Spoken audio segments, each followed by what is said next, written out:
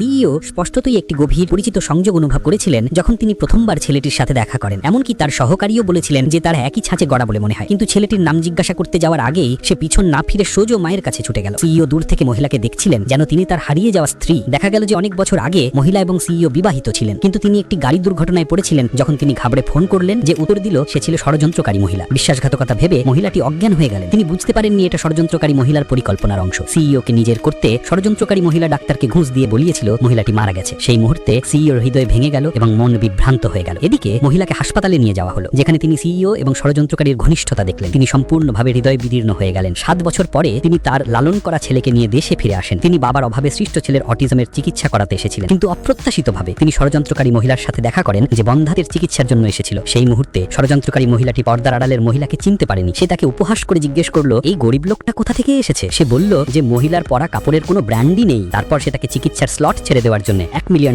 Offer করলো। মহিলাটি উত্তরে ঠাট্টার হাসি হাসলেন। ছোট ছেলেটি বলল যে আজ তার মায়ের পোশাকের দাম $1 মিলিয়ন বেশি। সেই মুহূর্তে কাছাকাছি কর্মীরও মহিলার রাজকীয় কাস্টম পোশাক চিনতে পারল।